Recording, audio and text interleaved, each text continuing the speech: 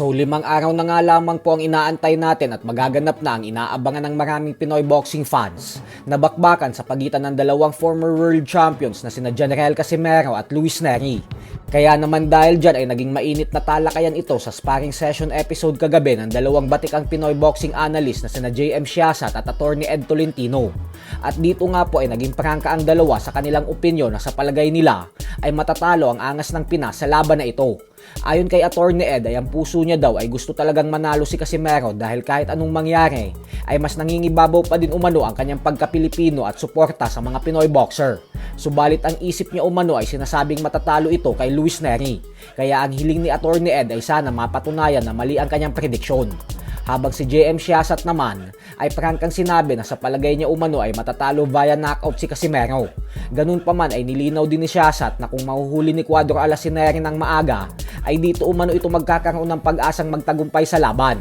Pero kung umabot umano ng round 4 pataas ay dito na magkakaproblema si Casimero dahil alam naman umano nating lahat na kapag round 4 pataas ay nag-uumpisa na agad mapagod si Casimero. Bukod dyan ay pinuna din ni Siasat ang kapatid at trainer ni Casimero na si Jason matapos itong sabihin na hindi daw alam ni Jason ang ginagawa nito at na below sea level pa umano ang kaalaman nito sa boxing.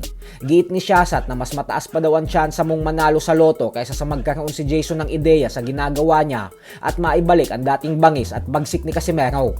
Tandaan umano natin na noong nasa kasagsagan daw ng kalakasan si Casimero ay wala si Jason sa corner nito at bagkos ang tandem umano ni na Coach Nonoy Neri at conditioning trainer na si Memo Heridia ang nasa likod ni Casimero.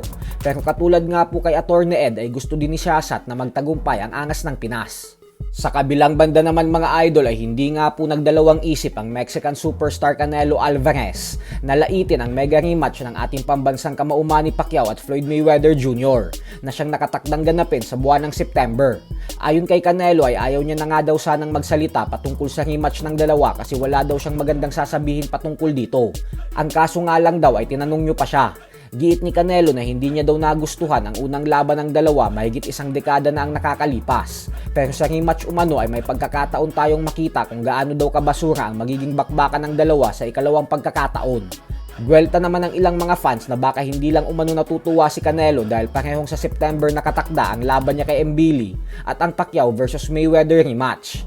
Alam daw kasi nito na maaapektuhan ng kanyang laban dahil tiyak na mas pag-uusapan ng Pacquiao-Mayweather rematch at matatabunan ang kanyang comeback fight.